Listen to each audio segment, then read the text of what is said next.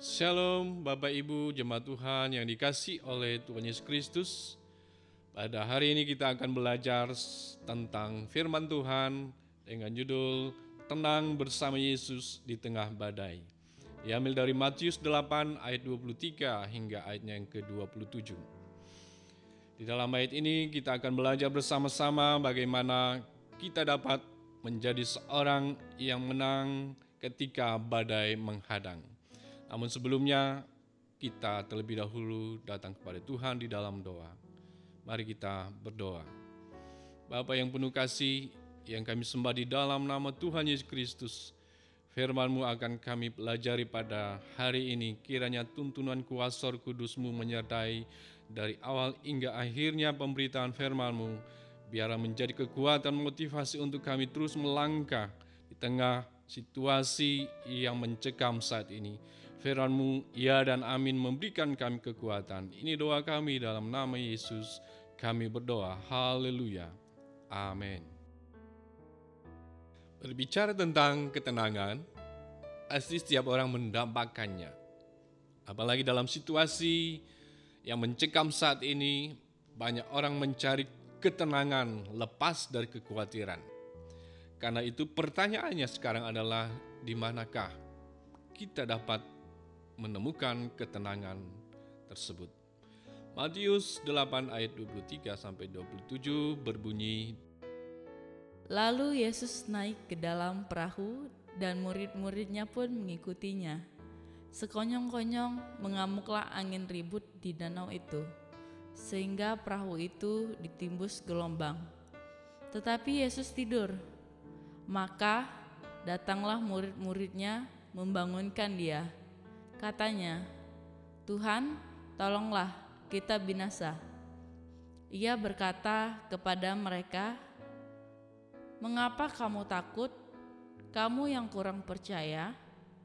Lalu bangunlah Yesus menghardik angin dan danau itu. Maka danau itu menjadi teduh sekali. Dan heran orang-orang itu, katanya, "Orang apakah dia ini, sehingga angin dan danau pun taat kepadanya?" setiap orang pasti mengalami badai dalam kehidupan.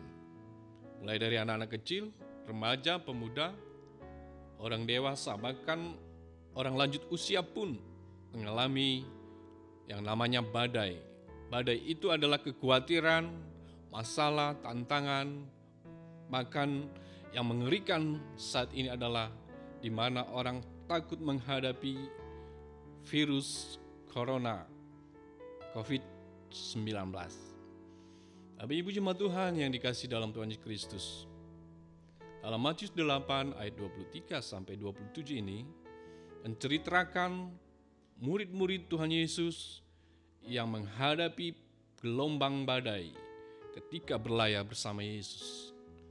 Apakah respon mereka ketika mengalami tantangan? Dan hal itulah yang kita pelajari pada hari ini, dan yang akan menjadi jawaban untuk kita dapat menghadapi setiap kekhawatiran hingga kita mengalami kemenangan dan ketenangan. Hal yang pertama yang perlu kita lakukan untuk tenang di tengah badai adalah mengikuti kehendak Tuhan Yesus. Dalam ayatnya yang ke-23 dituliskan, lalu Yesus naik ke dalam perahu dan murid-muridnya pun mengikuti dia. Bapak Ibu jemaat Tuhan yang Yesus kasihi, mengikuti kehendak Tuhan dalam hidup kita adalah suatu hal yang menjelaskan bahwa bagaimana kita tidak mengikuti kehendak diri kita, namun kehendak Dia, Bapa yang mengasihi kita. Karena itu, belajar dari murid-murid Tuhan Yesus ketika Yesus mengajak mereka untuk kembali berlayar. Mereka mengikuti apa yang diperintahkan oleh Tuhan Yesus. Karena itu, maukah kita sebagai orang percaya ketika dalam badai, ketika dalam masalah, Tuhan memerintahkan untuk kita melakukan kehendak-Nya? Apakah kita bersedia melakukan apa yang Tuhan mau untuk kita lakukan sebagai orang percaya? Terkadang banyak alasan untuk kita tidak mau melakukan kehendak Tuhan. Banyak alasan untuk kita tidak mau atau tidak bisa melakukannya karena keadaan, situasi, kondisi yang kita hadapi sekarang. Tapi firman Tuhan mengatakan untuk kita terus melakukan apa yang Tuhan kehendaki bagi kita. Karena itu, belajarlah untuk tetap bersyukur, untuk tetap berdoa, melakukan kehendak Tuhan itu di dalam hidup kita, agar Tuhan dimuliakan di dalam semuanya. Hal kedua yang perlu kita lakukan untuk tenang dalam menghadapi badai adalah miliki cara pandang yang benar. Dalam ayat yang ke-24 dituliskan, sekonyong-konyong mengamuklah angin ribut di danau itu, sehingga perahu itu ditembus gelombang, tetapi Yesus tidur. Di sini kita belajar bahwa dalam mengikuti Tuhan bukannya tanpa masalah, tetapi tentu banyak tantangan yang kita hadapi, apalagi dalam situasi saat ini yang mencekam adalah suatu masalah yang kita hadapi. Tetapi bagaimanakah pandangan yang benar terhadap setiap situasi yang kita alami saat ini? Firman Tuhan mengajarkan kepada kita untuk melihat sesuatu dengan cara pandang yang benar. Murid-murid Tuhan Yesus ketika menghadapi gelombang di tengah badai, mereka ketakutan, dan saat itu Yesus sedang tidur. Mereka tidak menyadari ada Yesus di sana. Yang mereka lihat adalah badai yang begitu besar sehingga membuat mereka menjadi khawatir. Bapak Ibu jemaat Tuhan yang di Yesus kasihi, mari kita belajar bahwa di dalam setiap badai, di dalam setiap masalah ada Yesus, ada kuasa yang disediakan bagi setiap kita, orang-orang percaya. Karena itu setiap badai pasti akan berlalu. Orang yang setialah yang akan memperoleh kemenangan bersama Yesus. Hal yang ketiga yang perlu kita lakukan untuk dapat tenang dalam menghadapi badai adalah mengandalkan Tuhan dalam hidup kita. Ayat yang ke-25 di sini dituliskan, maka datanglah murid-muridnya membangunkan dia. Kata mereka, Tuhan tolong, kita binasa. Dalam ayat ini menjelaskan bahwa kepanikan, kekhawatiran, kegelisahan menghantui para murid-murid Yesus pada waktu itu. Langkah yang mereka ambil adalah datang kepada Yesus. Itu artinya mereka berserah atau mengandalkan Tuhan sepenuhnya untuk menolong mereka. Bapak Ibu jemaat Tuhan yang Yesus kasihi, belajar dari pengalaman murid-murid Tuhan Yesus ketika menghadapi badai. Saat ini kita, adakah melakukan hal yang sama ketika kita diperhadapkan dengan tantangan, dengan kekhawatiran, ketakutan dalam hidup kita? Adakah hal yang pertama kita lakukan adalah datang kepada Tuhan, mengandalkan Tuhan dalam hidup kita? Karena itu Tuhan hadir ketika kita datang kepadanya. Tuhan menyatakan kuasa dan mujizat-Nya ketika kita mengandalkan Dia. Mengandalkan Dia berarti menyerah sepenuhnya, berserah sepenuhnya kepada Tuhan untuk berkarya, untuk bekerja, untuk menolong kita di dalam kekhawatiran dan kecemasan yang kita hadapi saat ini. Mari andalkan Tuhan, bukan mengandalkan kekuatan kita, bukan mengandalkan apa yang kita miliki sekarang, tapi sepenuhnya kita serahkan hanya kepada Tuhan saja.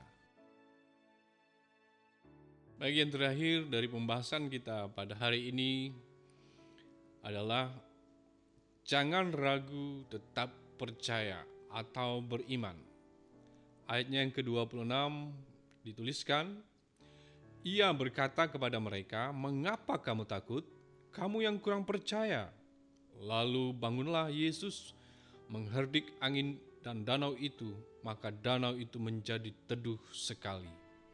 Bapak Ibu jemaat Tuhan yang Yesus kasihi, dalam kehidupan kita sama halnya dengan yang dialami oleh para murid-murid Tuhan Yesus. Mereka ketakutan, kebingungan untuk menghadapi badai yang saat itu mereka alami. Yesus menegur mereka, "Mengapa kamu takut? Mengapa kamu khawatir?" Hal ini juga ditanyakan oleh Yesus kepada kita. Mengapa kamu takut? Mengapa kamu khawatir? Hai orang yang tidak percaya. Yang artinya bahwa Yesus memberikan kita motivasi untuk tetap kuat menghadapi badai. Yang artinya bahwa ketika kita beriman, percaya sepenuhnya kepada Yesus, maka di sana ada kuasa yang Tuhan sediakan bagi setiap kita, orang-orang percaya. Beriman artinya mengandalkan kuasa kehadiran Yesus Kristus dalam hidup kita. Kuasa yang tidak terbatas, kuasa yang lebih besar dari kuasa yang ada di dunia ini. Apakah yang membuat kita menjadi takut dan khawatir? Adakah kuasa itu lebih besar dari kuasa Yesus yang telah mati dan bangkit naik ke surga? Itulah jaminan kita sebagai orang percaya. Walaupun kita diperhadapkan dengan situasi yang mencekam saat ini, tidak peduli kapanpun Tuhan memanggil kita, kita siap karena kita memiliki iman yang teguh di dalam Tuhan. Karena di sini Yesus mengajarkan, jangan ragu, tetap percaya, percaya beriman akan kuasa yang Tuhan sediakan bagi setiap kita orang percaya. Haleluya, haleluya. Amin. Jemaat Tuhan yang dikasihi oleh Tuhan Yesus Kristus, firman Tuhan telah kita dengar bersama melalui tayangan video hari ini. Kiranya melalui semuanya kita terus teguh, tetap tenang dalam menghadapi badai. Karena itu sekali lagi firman Tuhan yang sudah kita pelajari, hal yang pertama yang perlu kita ketahui adalah ikuti kehendak Tuhan dalam hidup kita. Yang kedua, memiliki cara pandang yang benar terhadap setiap peristiwa yang akan kita hadapi. Yang ketiga di sini dikatakan andalkan Tuhan dalam hidup kita. Dan yang terakhir, jangan ragu, tetap beriman bersama dengan Yesus, kita pasti memperoleh kemenangan dan ketenangan. Karena itu, agar firman Tuhan berkarya dalam hidup kita, terjadi dalam hidup kita, kita minta pimpinan kuasa Roh Kudus untuk kita dapat melakukannya. Karena itu kita mengakhirinya dengan berdoa.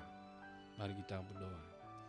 Kami bersyukur ya Tuhan atas anugerah firman-Mu pada saat ini. Kami sudah dengar dan pelajari bersama.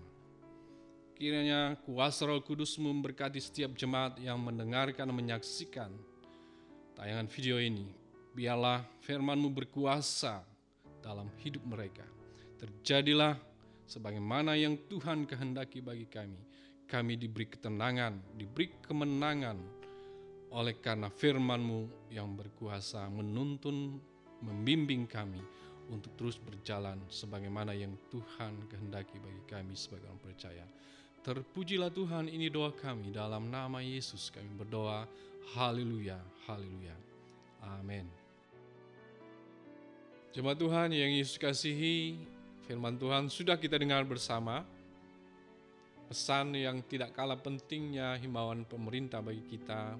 Yang pertama, tetap tinggal di rumah. Yang kedua, jaga jarak. Yang ketiga, biasakan pola hidup bersih dengan rajin mencuci tangan. Dan terakhir, tetap gunakan waktu bersama dengan keluarga, memuji Tuhan, menyembah Tuhan, berdoa, dan karena itulah letak kekuatan kita sebagai orang-orang percaya. Kiranya Tuhan Yesus memberkati kita. Haleluya.